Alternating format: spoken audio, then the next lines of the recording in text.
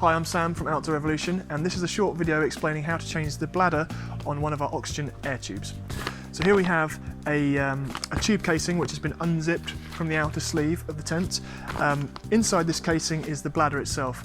So in most cases, if there is a problem with the tube, it will mean there is an issue with the bladder that needs changing. It's a very straightforward process. You do need to have the AirMate tool, which does come with the tent or awning as standard as part of the first aid kit. But if you don't have it, it can be purchased as a separate accessory very cheaply.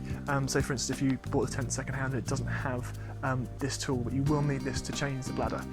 The bladder itself is zipped away in this heavy-duty casing to protect it.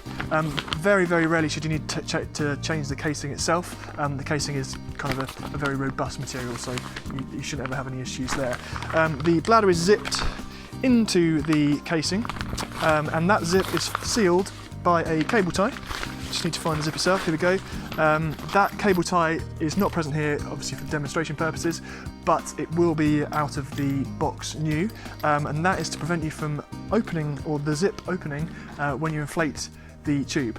If this opens when the tube's inflated, the bladder can hemorrhage out and potentially damage it. It's not an issue as such. If it does open, you can just deflate the tube, make sure the bladder's tucked back in again and zip it up, but you really do not want to open these if you can help it when the tent's inflated.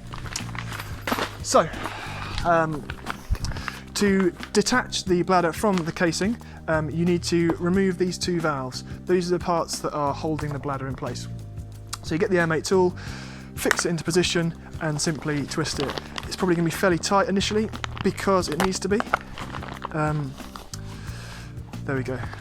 Once you get it started, it should quickly unscrew.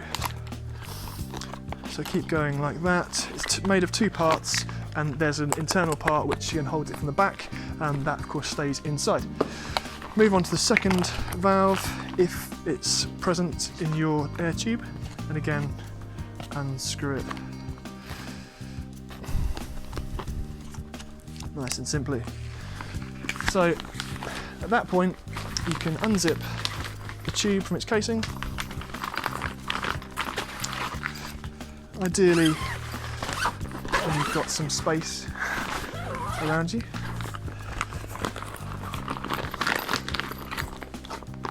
There you can see the existing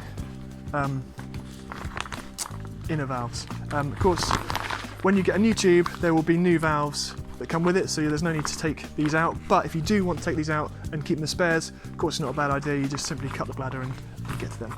So, same principle as getting the tube back in again. You essentially start by putting the valves back in place. You shouldn't be too worried about being heavy-handed with these things. They are very robust and designed to be maintained, should you need to. So again, just make sure you grip the back of the valve when you're screwing it in.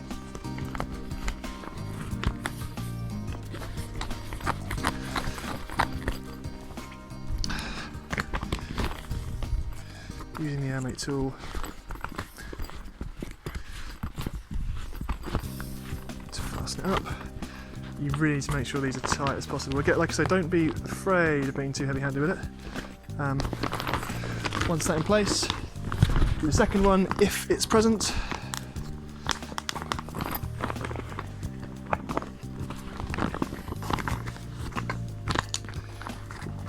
May need a bit of lining up.